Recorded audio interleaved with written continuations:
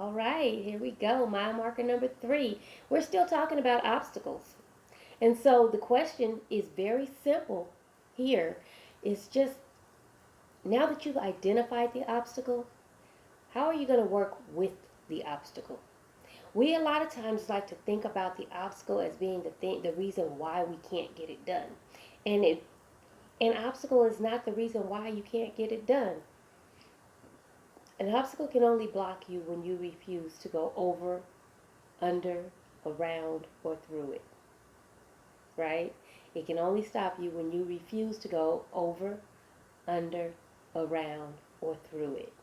So, how might you work with the obstacle?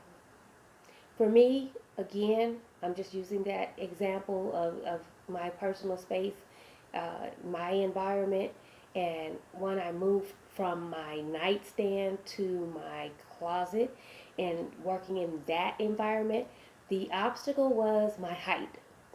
The obstacle was the shelves were too high. The obstacle was reach. And so, how did I work with the obstacle? Well, I developed a system, right? And then I put a small step stool in my closet that made it easy for me to go about doing the things that I needed to do. So, even though the obstacle was there, it didn't stop me once I made up my mind.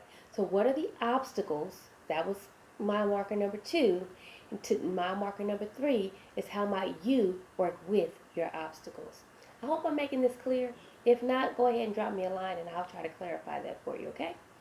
Come back in a little bit or tomorrow and we'll talk about mile marker number 4 on Connection Trail.